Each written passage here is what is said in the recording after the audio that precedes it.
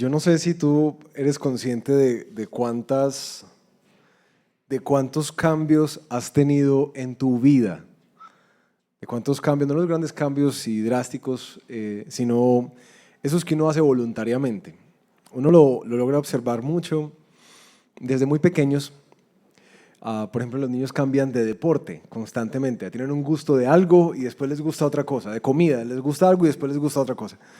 Cuando llegan a la juventud, a la adolescencia, también uno empieza a ver que mutan. Entonces, de repente, adquieren un tipo de vestimenta y unos gustos musicales y después vuelven a cambiar y después vuelven a cambiar.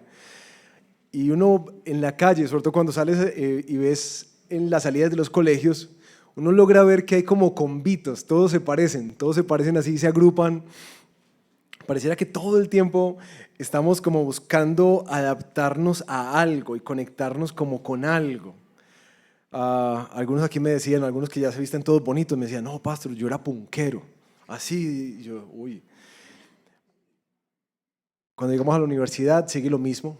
Uno va mirando como tendencias y uno trata de encontrar como uno quién es, no solamente su identidad, sino como dónde es que uno se siente más pleno y más gozoso en medio de deportes, afinidades musicales, artísticas y demás, de conocimiento. En la edad adulta eso no para, eso no para. De hecho, a medida que avanzan los años, uno ve que uno va mutando, especialmente las mujeres mutan mucho el corte de pelo, ¿cierto?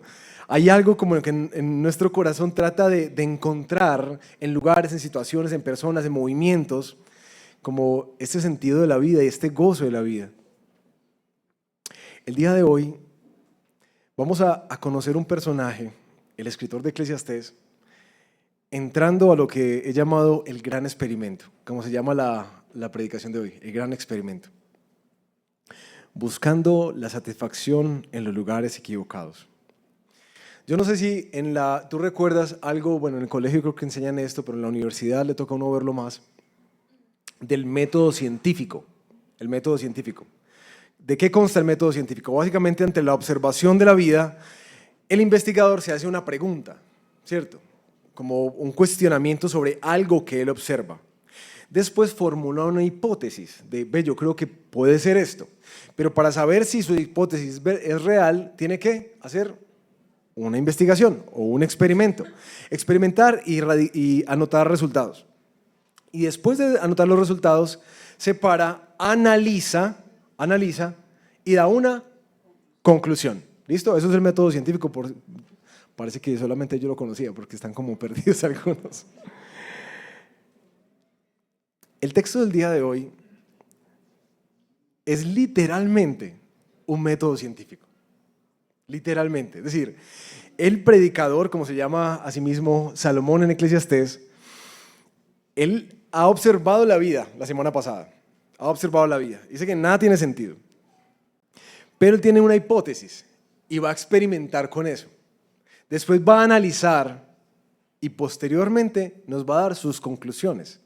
¿Listo? Tratando de encontrar respuesta a lo que ha sido básicamente el inicio de Eclesiastés, tratando de encontrarle sentido y propósito a esta vida, la cual de entrada la semana pasada nos dijo no tiene ningún sentido. No tiene ningún sentido sin Dios.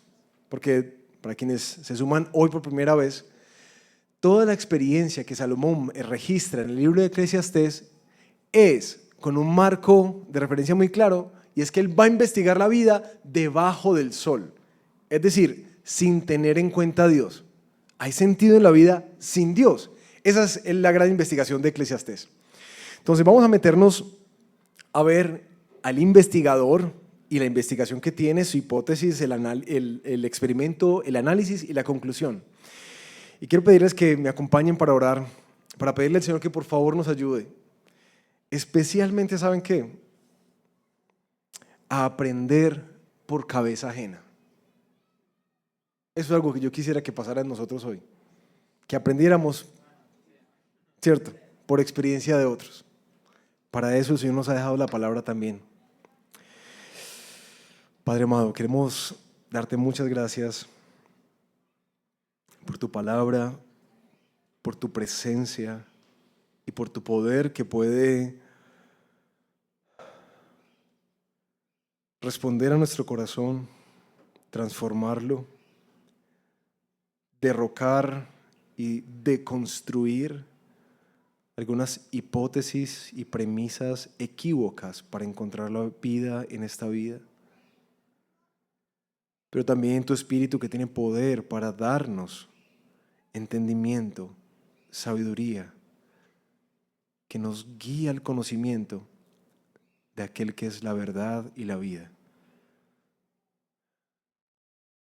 Hoy te pedimos, Señor, danos esa gracia de poder vernos en este texto y aprender por cabeza ajena quizás en cosas que nosotros mismos hoy estamos experimentando, tras las que estamos corriendo. Muchos de esos cambios que ya hemos hecho en la vida y que continuamos haciendo, tratando de encontrarle sentido, felicidad, propósito, paz a esta vida. Ayúdanos a recordar que no hay tal cosa sin ti. Te lo pedimos en el nombre de Jesús. Amén. Bueno, arranquemos. Como el texto es tan largo el día de hoy, quisiera proponerles que lo vamos desmenuzando, lo vamos leyendo paso a paso y creo que es un poco más lógico para el ejercicio del método científico. Hoy vamos a leer Eclesiastés capítulo 1, versículo 12 hasta el final del capítulo 2. Yo, el predicador, he sido rey sobre Israel en Jerusalén y apliqué mi corazón a investigar con sabiduría todo lo que se ha hecho bajo el cielo. Tarea dolorosa dada por Dios a los hijos de los hombres para ser afligidos con ella. He visto todas las obras que se han hecho bajo el sol y he observado que todo es vanidad y correr tras el viento. Lo torcido no puede enderezarse y lo que falta no se puede contar. Arranquemos entendiendo quién es el que investiga. Y ya lo vimos la semana pasada. Sabemos que no hay ningún otro que haya reinado sobre Israel completo después que sea un hijo de David, sino solamente Salomón. Y que nadie se describe con tanto poder y tanto alcance como este predicador. Aunque en el texto no lo menciona, es evidente que el escritor de este texto es, al personaje del predicador que nos habla en este texto, es Salomón. ¿Cuál es la investigación que él está llevando a cabo? En la introducción él nos dice que él se sentó como a analizar todo lo que se ha hecho bajo el cielo, es decir, tratar de entender lo que se hace en este mundo. Esa es su tarea, a eso se va a dedicar, de eso se trata la investigación. Y por allá en el capítulo 2, en el versículo 3, nos va a ampliar un poquitico qué es lo que él está buscando cuando dice, quiero entender qué hay de bueno bajo el cielo que los hijos de los hombres hacen en los contados días de su vida, es decir, qué provecho tiene la vida, que hablábamos la semana pasada de la pregunta existencial. Él está tratando de entender de todo eso que pasa bajo el sol, ¿qué tiene sentido? ¿Qué provecho tiene? ¿Qué bueno se encuentra? Él define esa búsqueda de sentido del ser humano como una tarea dolorosa que Dios le ha puesto al ser humano para ser afligido con ella. ¿Cuál tarea? La tarea de tratar de entender esta vida. Así que los que como yo somos un poco existencialistas en nuestros pensamientos y nos gusta darle mente mucho, ya sabemos que eso va a ser muy difícil. De entrada nos dice, eso causa dolor, eso carga y aflige. Tratar de encontrarle sentido, particularmente en el marco de referencia que él está hablando, en una vida sin Dios. Eso va a doler, porque no vas a hallar sentido en muchas cosas. El versículo 14, él de entrada nos da la conclusión de lo que va a exponernos hacia adelante, y es que todo es vanidad y es un correr tratando de agarrar el viento, como la rueda del hámster, correr y correr sin obtener ningún beneficio de esto. Y el versículo 15 nos ayuda a entender por qué es que él ve la vida de esa manera. Él ve que lo que está mal ya no puede corregirse y lo que se perdió no puede recuperarse.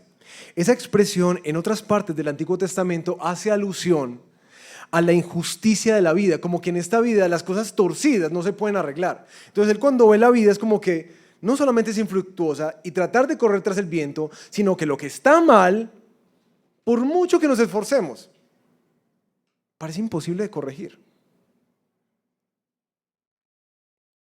El autor aquí nos deja en una desesperanza horrible, sin sentido, correr tras el viento, no hay esperanza de cambiar las cosas. ¡Qué desconsuelo! Esa es la observación en el método científico, eso es lo que él observa. Entonces, dentro de ese marco oscuro, él quiere tratar de entender entonces qué sí le da sentido a esta vida tan nublada. Y arranca el versículo 16 a contarnos su gran experimento. Yo me dije, he engrandecido y aumentado en sabiduría más que todos los que estuvieron antes de mí sobre Jerusalén. Mi corazón ha contemplado mucha sabiduría y conocimiento, y apliqué mi corazón a conocer la sabiduría y a conocer la locura y la insensatez, y me di cuenta de que esto también es correr tras el viento. El gran experimento arranca con un yo me dije. ¿Sí lo ven ahí en sus Biblias? Yo me dije. Dicen por ahí que uno no habla con nadie tanto como habla consigo mismo. ¿Sí se han dado cuenta de eso? Que uno no habla tanto con nadie como habla uno consigo mismo. Y aquí el autor registra que en medio de esa oscuridad de la vida, en medio del mundo sin sentido que está observando, él sostiene un diálogo interno. Entonces yo me dije. Y es ese diálogo interno el que va a nutrir todo el experimento de aquí para adelante. Y es muy importante ese diálogo porque en este momento él está en una búsqueda de sentido. Y en ese momento de confusión, de crisis, de sentirse perdido en la vida, él empieza a hablarse a sí mismo. Yo como soy de inteligente y como soy de capaz, voy a mirar si por aquí encuentro vida. Voy a mirar si por aquí está.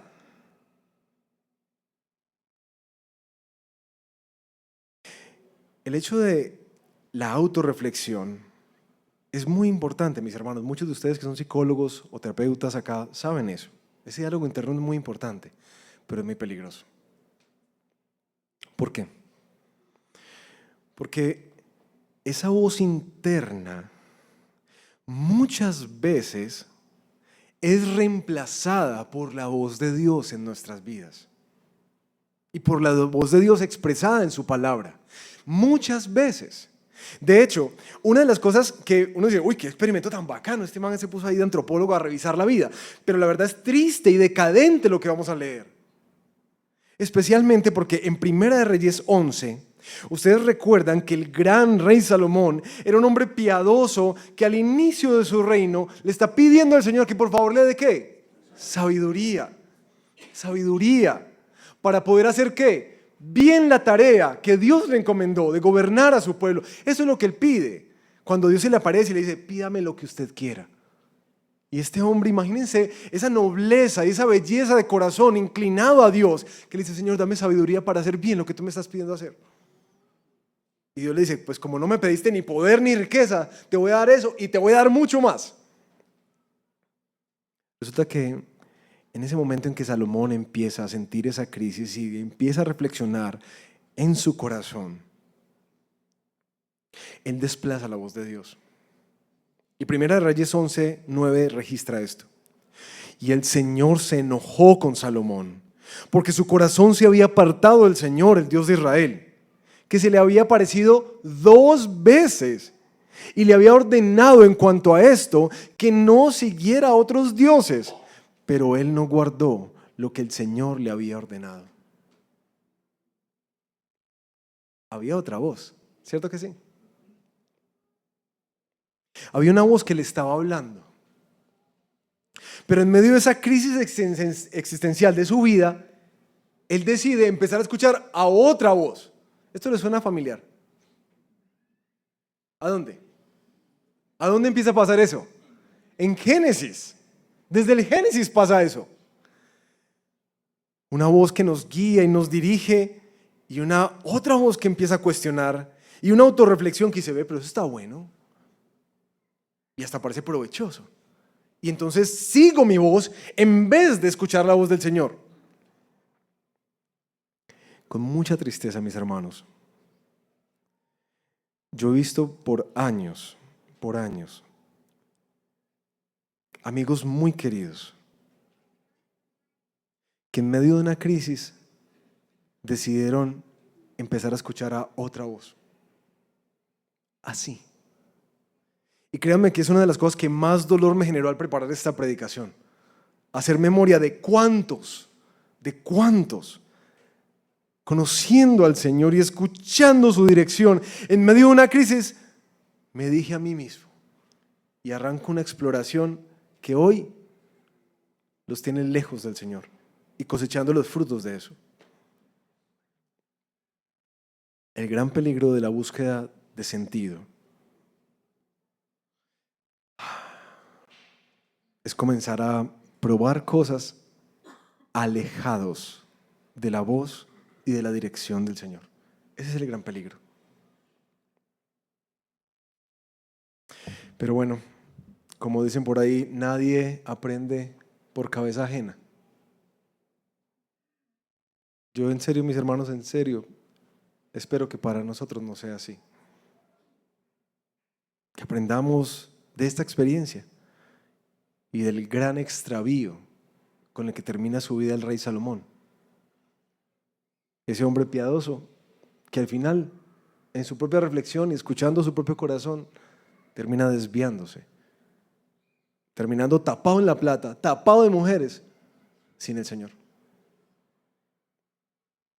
Aunque algunos piensan que Eclesiastés pareciera como su carta de reflexión y de arrepentimiento, pero no es algo cierto, no es algo certero.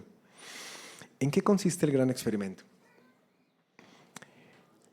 Él va, a partir del versículo 16, a contarnos 3 lugares en donde él va a tratar de encontrarle sentido a la vida: el conocimiento, el placer y el trabajo.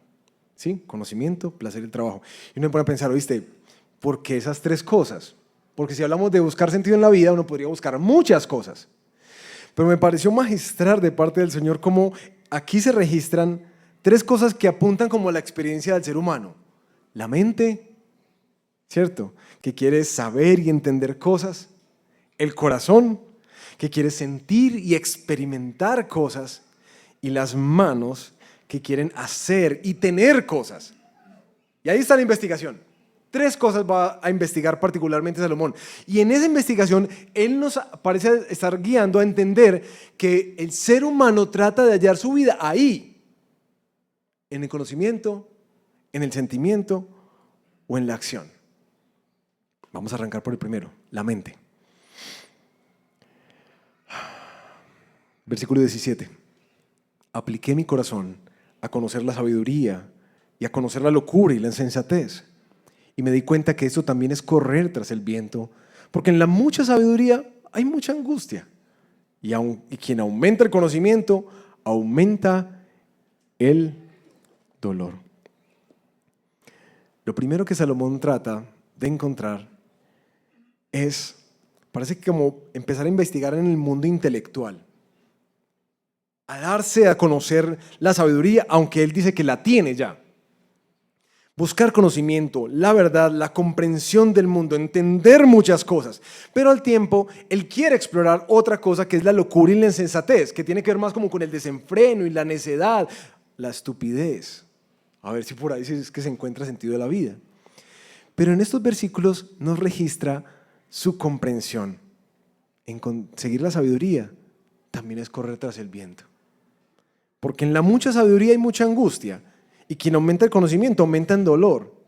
Parece que entre más conozco, esa sensación de vacío y frustración, de desgaste interior, aparece a ahondarse mucho más.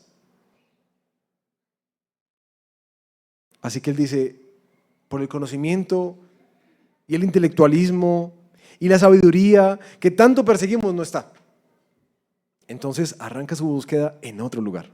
Segundo experimento. capítulo 2, versículo 1. Entonces me dije, ven ahora, te probaré con el placer, diviértete. Y resultó que esto también era vanidad. Dije, de la risa es locura, y del placer, ¿qué logra esto? Consideré en mi corazón estimular mi cuerpo con el vino, mientras mi corazón me guiaba con sabiduría, y echar mano de la insensatez para que pudiera ver qué hay de bueno debajo del cielo que los hijos de los hombres hacen en los contados días de su vida. Aquí Salomón se da el trabajo de tratar de intentar el camino del hedonismo. Básicamente empezar a servir a lo que su corazón anhela y desea. Disfrutar del placer. ¿En qué consiste ese experimento?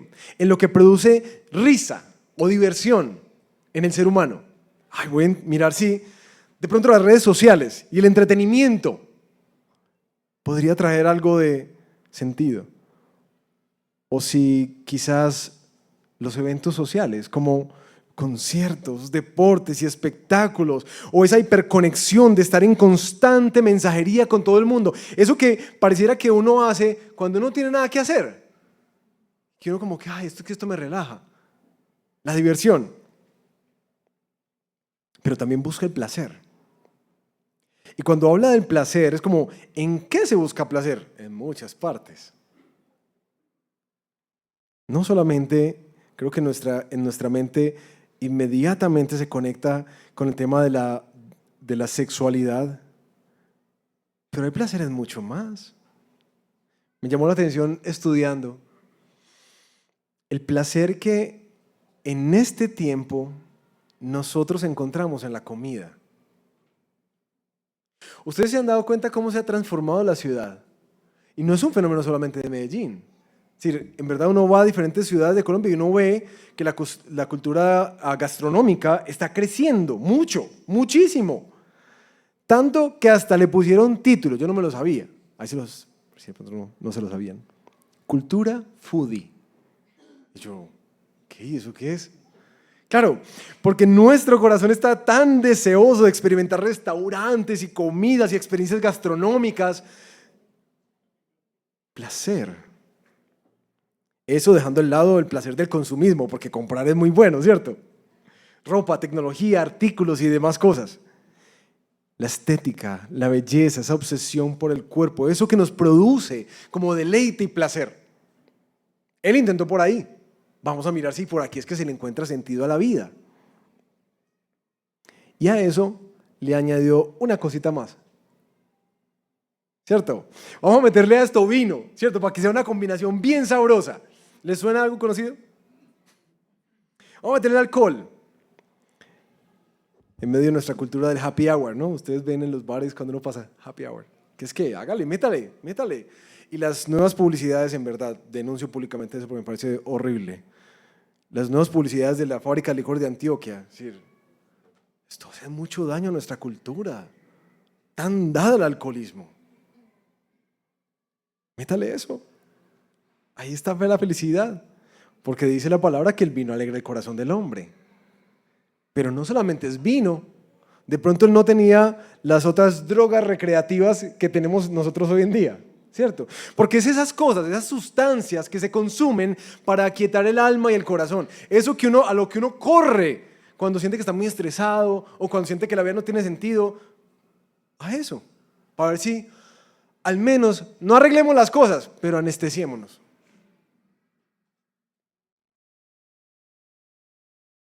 Y resultó también vanidad. La risa es locura.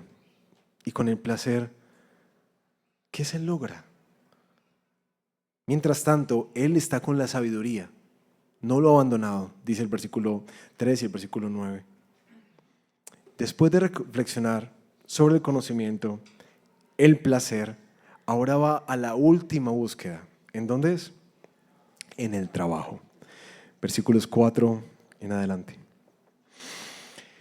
Engrandecí mis obras, me edifiqué casas, me planté viñas, me hice jardines y huertos y planté en ellos toda clase de árboles frutales. Me hice estanques de aguas para regar el bosque con árboles en pleno crecimiento. Compré esclavos y esclavas. Tuve esclavos nacidos en casa. Tuve también ganados, vacas, ovejas, más que todos los que me precedieron en Jerusalén.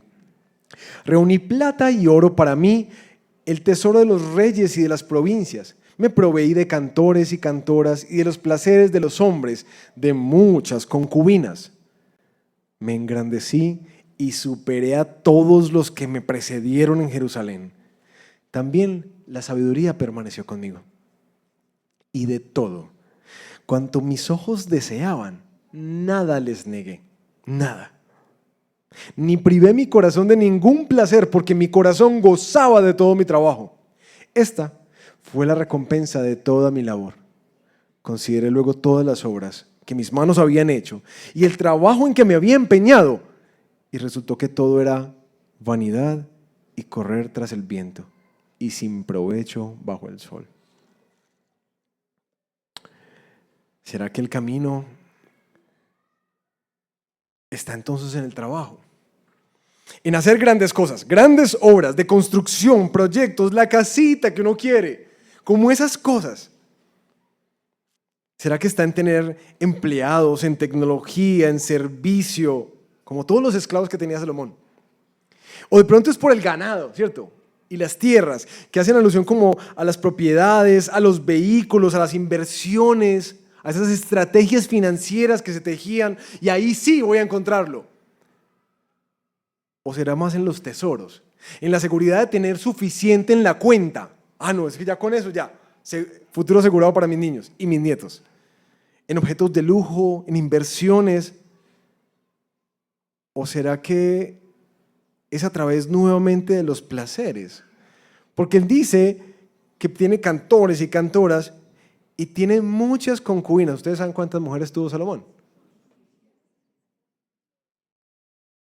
1000. Es decir, cuando él dice que nadie lo superó, es que en verdad nadie lo superó. El hombre llevó esto a tope y por eso su investigación es tan válida para nosotros hoy. Porque él dice, no hay nadie tan sabio como yo, ni tampoco nadie que haya hecho esto al nivel que yo lo he hecho.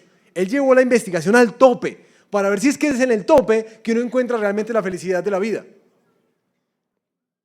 Y el análisis de los versículos 9 y 10 es que aunque él le dio a sus ojos, que ya nos dijo la semana pasada que eran insaciables, como su oído, le dio todo lo que le pedían. Él encontró igual que todo era vanidad y correr tras el viento, que ningún provecho se le encuentra a eso bajo el sol. ¿Recuerdan la cita que les leía de Jim Carrey la semana pasada? Anhelo que todos tengan todo lo que necesitan, todo lo que anhelan, para que se den cuenta que ahí no está la respuesta. Eso es lo que está diciendo Salomón con nosotros. Nos está diciendo, mira, por ahí no la encontré. Y este experimento sí debe, antes del análisis, como llevarnos a pensar un poquitico, ¿no? Como que en qué es que has venido buscándole sentido a la vida. Salomón nos pone 3 cosas: conocer, entender, ser muy intelectual. Y algunos desprecian, no, es que ese intelectualismo es muy horrible, eso es mejor como la cultura de Nike, ¿cierto? Just do it. Hazlo sin mente. Y entonces se van por el hedonismo. Otros, el trabajo. ¿En qué has estado buscando sentido a la vida? Si alguien te ve desde afuera, ¿qué te caracterizaría?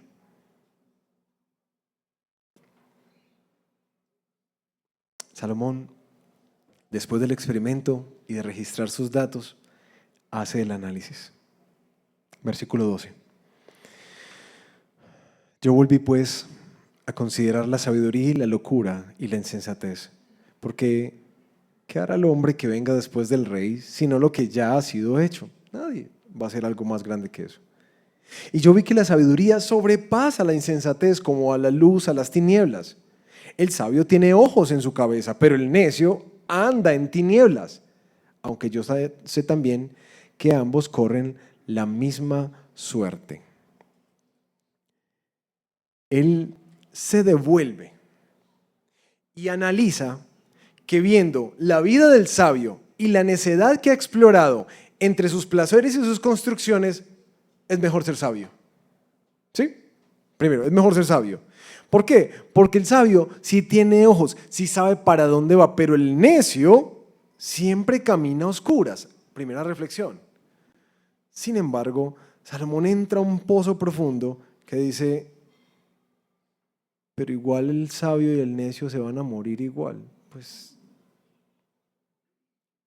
y en ese momento entra lo que llamamos la catarsis.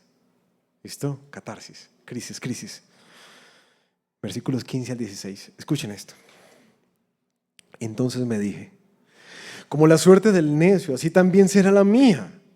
¿Para qué pues me aprovecha haber sido tan sabio? Y me dije, también esto es vanidad, porque no hay memoria duradera del sabio ni del necio, ya que todos serán olvidados en los días venideros, como muere tanto el sabio como el necio. Y aborrecí la vida, porque me era penosa la obra que se hace bajo el sol, pues todo es vanidad y correr tras el viento. Asimismo, aborrecí, oigan ese término, todo el fruto de mi trabajo con que me había afanado bajo el sol, el cual tendré que dejar al hombre que vendrá después de mí. Y quién sabe si será sabio o necio. Sin embargo, él tendrá dominio sobre todo el fruto de mi trabajo con que me afané obrando sabiamente bajo el sol. También esto es vanidad. Por tanto, me desesperé en gran manera por todo el fruto de mi trabajo con que me había afanado bajo el sol. Cuando hay un hombre que ha trabajado con sabiduría, con conocimiento y con destreza y da su hacienda al que no ha trabajado en ella, esto también es vanidad y un mal muy grande. Pues ¿qué recibe el hombre de todo su trabajo y del esfuerzo de su corazón con que se afana bajo el sol? Porque durante todos sus días su tarea es dolorosa y penosa, ni aun de noche descansa su corazón. También esto es vanidad. ¿Sienten la catarsis de Salomón?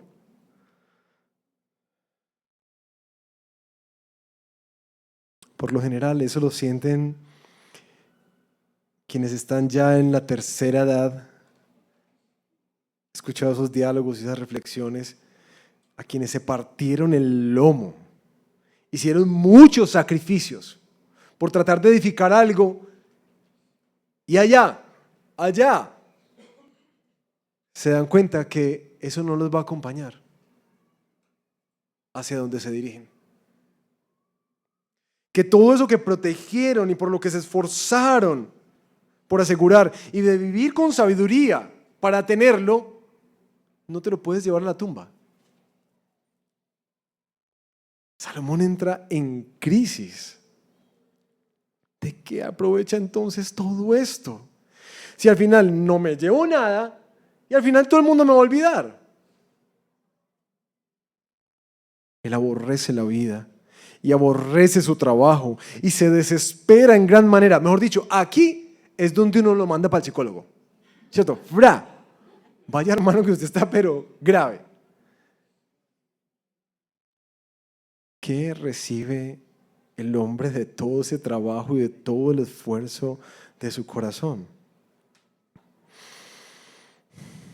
Noten que lo que Salomón más como que le duele aquí es el fruto de su trabajo.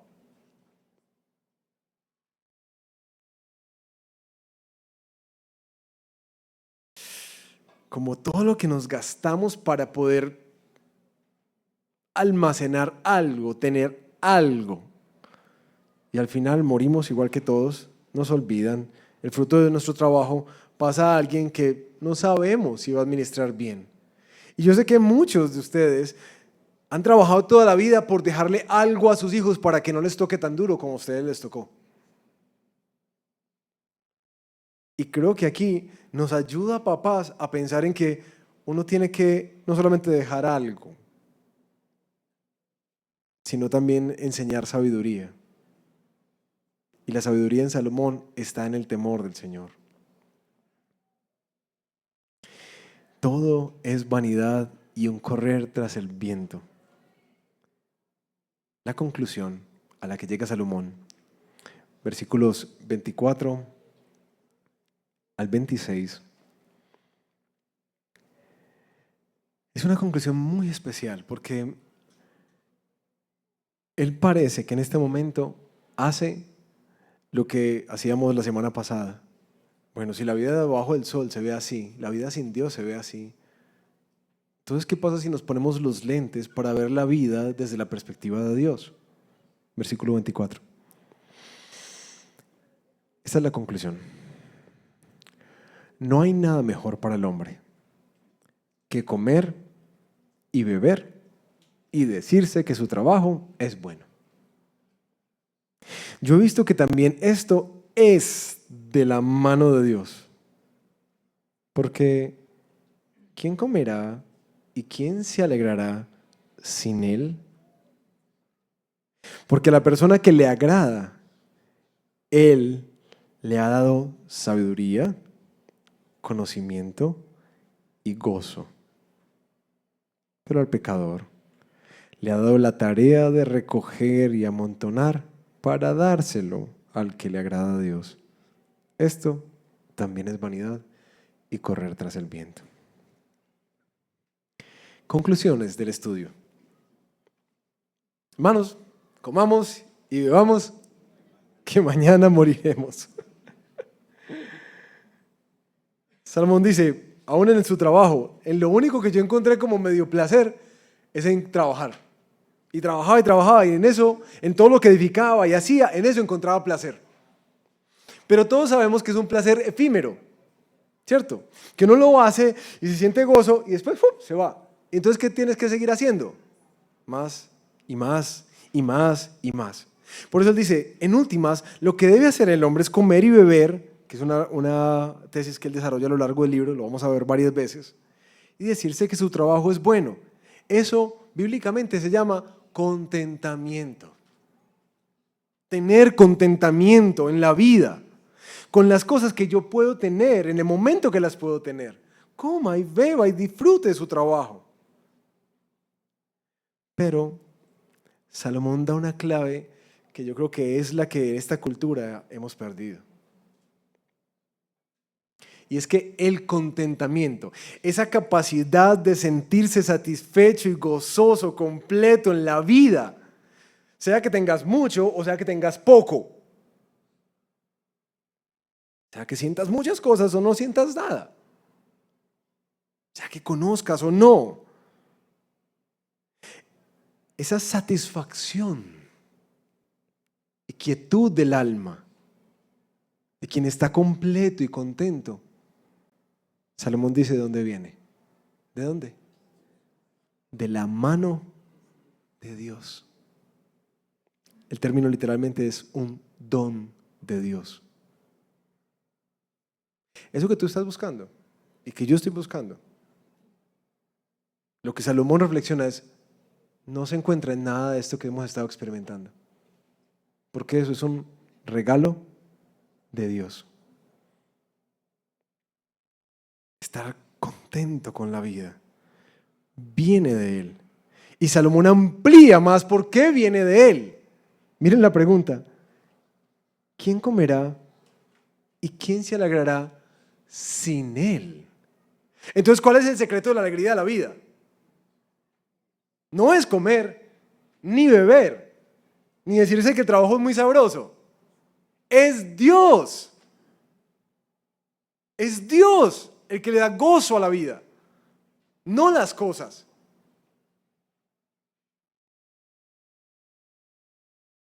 ¿Quién se puede alegrar sin Dios? Y Salomón reflexiona, es que no existe alegría, ni plenitud, ni gozo, ni paz, ni tranquilidad, ni propósito, ni esperanza sin Él. Esa es su conclusión. ¿Qué conclusión? No. Todo lo demás es como humo, es correr tras el viento.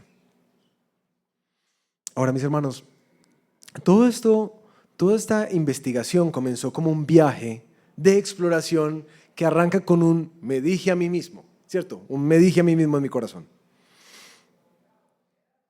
Salomón decidió conferir autoridad a otra voz diferente a la voz de Dios en su vida. Y empezó a seguirla para tratar de encontrarle sentido a la vida.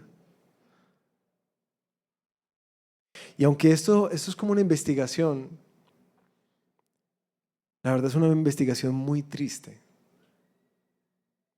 Porque cuando uno logra experimentar las sensaciones que él experimentó de dolor, de angustia, de desesperanza, de fastidio, de aborrecimiento de la vida, uno se pregunta, ¿cuándo te perdiste tanto? Salomón, si tú eras el mismo hombre que probó la bondad del Señor. Dice Jeremías capítulo 2, versículo 13. 2 males ha hecho mi pueblo. Me ha abandonado a mí, fuente de agua viva, y han cavado para sí mismos cisternas. Cisternas agrietadas que no retienen el agua. Eso es lo que Salomón empezó a caminar. Dejó la fuente de vida, donde al final entiende, ay, ahí sí estaba el gozo. Y trató de cavar algo que saciara esa sed.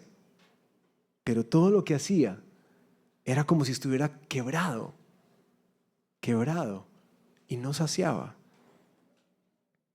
El problema, mis hermanos, es que todos estamos en el mismo viaje de hallarle sentido a la vida. Y yo sé que algunos apenas están llegando hoy a la iglesia, como que se dieron cuenta que hay como un desazón, como una simpleza en la vida que han venido llevando, que están tratando de explorar en medio del cristianismo, a ver si hay algo, que si aquí sí hay vida.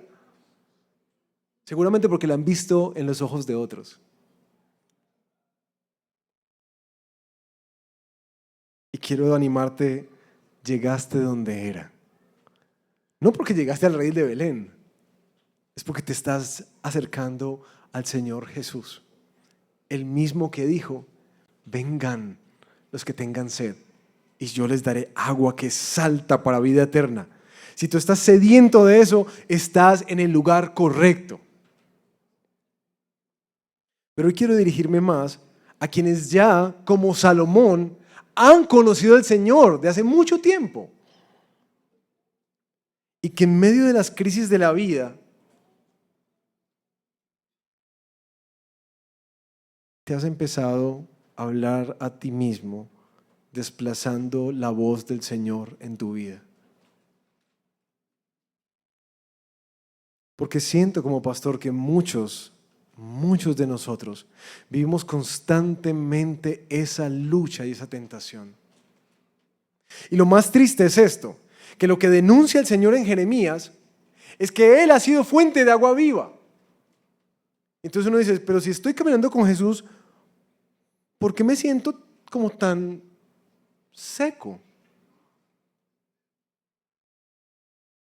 Y mis hermanos, recuerden, aún para quienes están comenzando este camino, Pablo lo define como una carrera que se corre y una batalla que se pelea, en la cual hay que guardar la fe. Porque como nos decía por ahí en la parábola del sembrador en Mateo 13, no es que tú recibas la palabra y te llenas de gozo y ya quedó listo. Hay muchas amenazas a esa vida que entró dentro de ti. Muchas amenazas. Cosas que Satanás hará en el camino para robar la semilla. Simpleza y pereza espiritual que no te deja echar raíces profundas en la fe, para que conozcas realmente las implicaciones del Evangelio en tu vida y el alcance de lo que Dios quiere para ti y contigo, para su gloria. Entonces, al no tener raíces, viene el sol, una crisis y te quemas. Y otros, como Salomón, las preocupaciones de este mundo y el afán por las riquezas llegan y ahogan como los espinos lo que el Señor había plantado. Así que mis hermanos, tengamos cuidado. de qué es lo que te dices a ti mismo, qué te predicas a ti mismo cuando estás en crisis. Porque vemos el extravío al que alcanza, al que llega. Lo más triste de todo, ¿saben qué es lo más triste de todo? Salomón gasta tanto tiempo, recursos, dinero, fuerzas y vida en tratar de encontrar la vida que dejó atrás para pegarse contra el muro y terminar diciendo, así ahí sí había vida.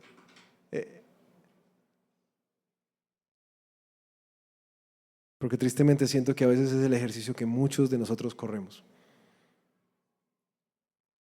Ya sabíamos, pero decidimos no escuchar. Y después venimos aporreados y gastados, destruidos, con un montón de consecuencias de nuestra vida, para decir, sí, aquí sí había vida, aquí estaba.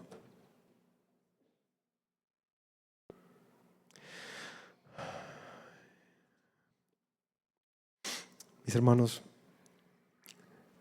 recuerden que en estas 3 búsquedas que Salomón nos da, de nuestra mente, corazón y de nuestras manos, ponernos estos lentes para ver la vida desde la perspectiva de Dios es esencial. Porque sí, la lectura de Salomón es como muy oscura de esas cosas. Pero cuando tú te pones estos lentes del Evangelio, recordando que cuando Dios envía a su Hijo al mundo que estaba perdido y que estaba en oscuridad y viene la luz a iluminarla, todo cambia con Él. Todo cambia con Cristo. No solamente por su sacrificio que perdona nuestros pecados y nos reconcilia con el Señor, sino que la vida que Él trae empieza a darle perspectiva a todo.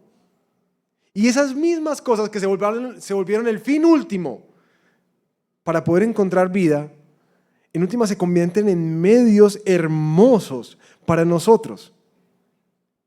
Como cuando uno se quiere aventurar, y muchos de ustedes son muy intelectuales y les gusta conocer cosas.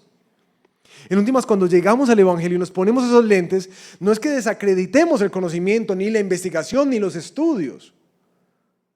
Por el contrario, uno sabe que la sabiduría real está en una persona, en Cristo. Él es la sabiduría de Dios.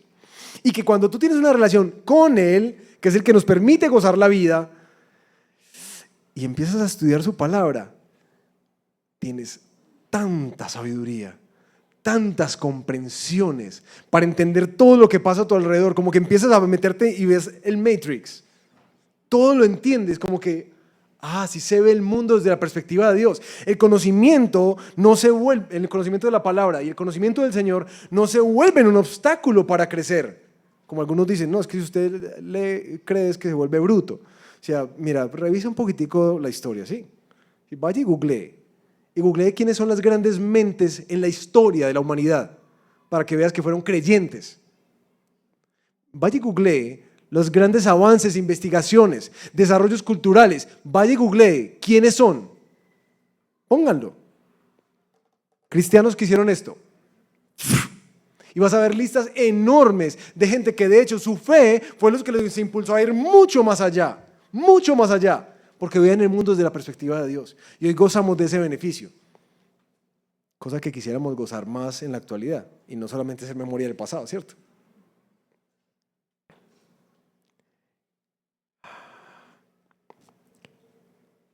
¿Y qué del hedonismo? Ese afán por sentir cosas. ¿Será que entonces nos desligamos de la cultura foodie para no comer más cosas, ni gastar, ni vestirnos? Pues bueno, ciertamente sería más barato, ¿no? Es más barata la vida. Pero tú te das cuenta que puedes comer y beber, pero sin Dios no hay gozo. Sácalo de la ecuación y no puedes disfrutar. Éntralo en la ecuación. Y cada cosa de placer se vuelve en un acto de adoración al Señor. Aún los sabores. Es como que, ¿quién creó esto? ¿Quién nos dio esa capacidad de sentir, de oler, de palpar las cosas. ¿Cómo es que se activan los sentidos? Si no es porque Dios nos diseñó para eso, pero para que en todo lo que tú hagas encuentres un acto de adoración al Señor.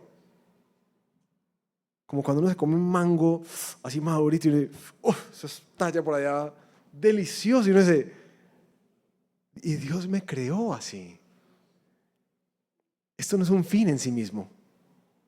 Esto se convierte en un medio de adoración a mi Señor, que me dio diversión, gozo, relaciones. Eso no se vuelve el fin, se vuelve un medio. Porque en últimas encontramos, como dice Pablo por allá a los Efesios, mira, no se llenen, no se embriaguen de vino, sino que sean llenos de ¿qué? Hay algo que trae más gozo que un par de botellas de vino y que llena más la vida. Dice Pablo en Timoteo, Dios nos da buenas cosas para disfrutarlas con gratitud. Para eso las da. Recuerda que Él es el dador de todas las buenas cosas. Así cuando veas una buena experiencia y un buen paisaje, recuerda adorar al Señor. Cuando comas un buen plato de comida, recuerda adorar al Señor. Pero no dejes nunca que eso se vuelva la felicidad de tu vida. Ten cuidado con eso. Porque es muy fácil empezar a idolatrar aquello en lo que encontramos placer. Sea en la televisión, sea en la comida, sea en el sexo, sea en las relaciones sociales, en cualquier lugar. Eso puede volverse un ídolo en tu corazón y terminar siendo una esclavitud para ti.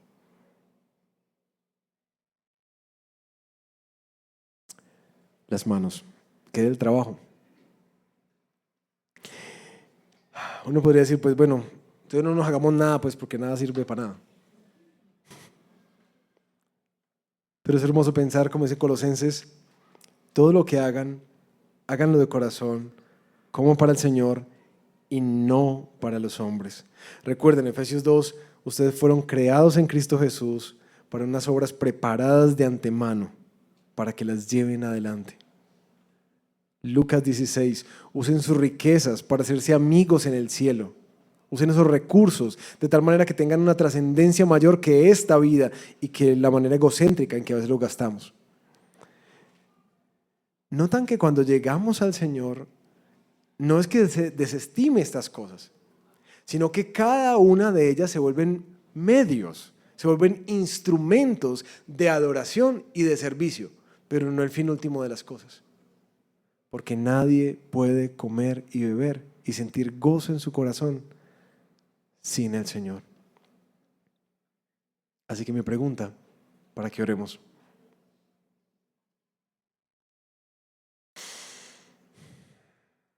¿En dónde estás buscando sentido?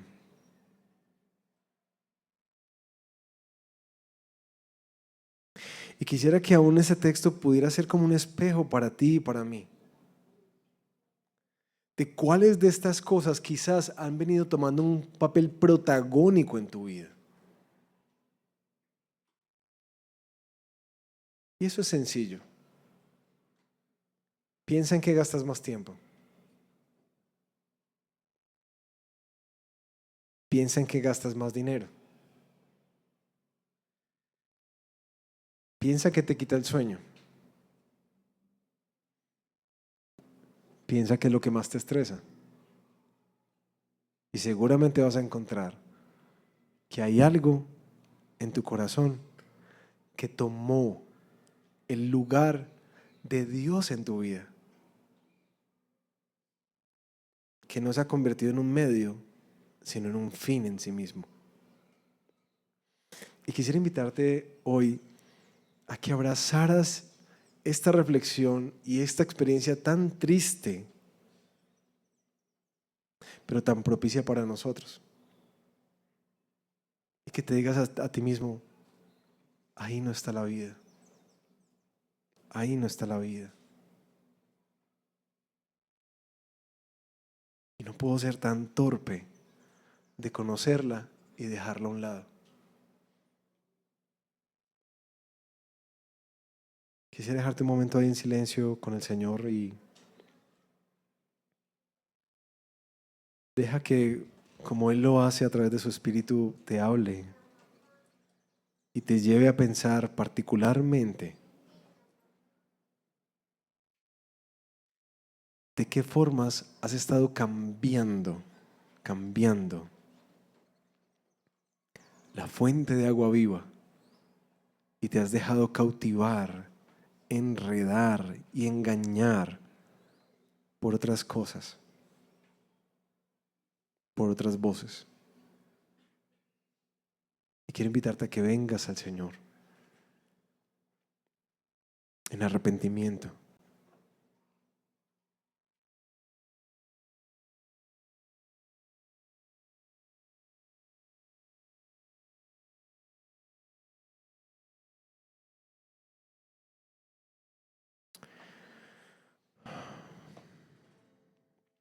Padre, queremos,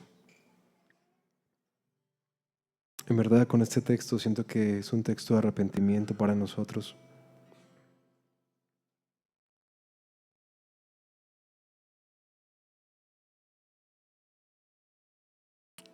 Queremos pedirte perdón, Señor, por las maneras en que hemos tergiversado el propósito y el sentido de nuestra vida.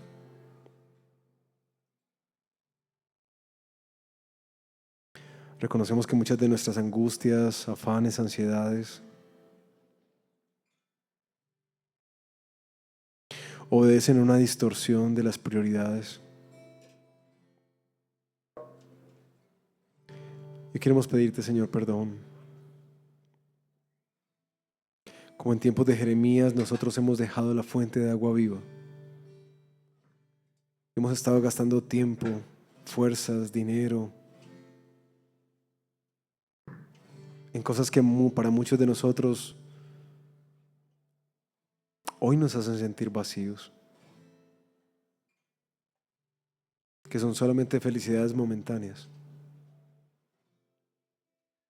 pero no ese don que describe Eclesiastés,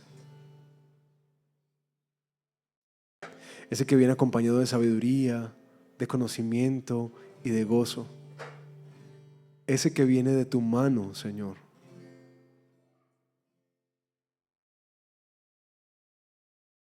Y queremos pedirte que nos limpies, por favor, que limpies nuestra mente de esos diálogos internos que han estado desviando nuestro caminar. Y que también nos vuelvas a la verdad. Venimos una vez más necesitados, Señor, de esa sangre preciosa que limpia nuestro mal, que quita nuestro pecado. Pero también, Señor, de esa gracia oportuna que tú prometes para todos los que te la piden, para que nos ayuden en el momento que más lo necesitamos, cuando las tentaciones más nos bombardean y nos quieren engañar, Señor. Necesitamos de esa gracia hoy renovada, esa que tú ganaste para nosotros en Cristo Jesús. Dánosla hoy, por favor, porque somos muy torpes. Necesitamos de ti. Danos, Señor, tu vida. Danos tu gozo. Devuélvenos, Señor, tu paz.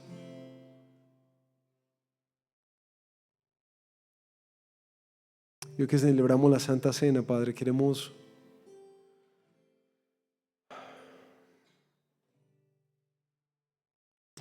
hacer memoria, Señor, que en medio de nuestra perdición, de sentirnos muchos de nosotros como el hijo pródigo,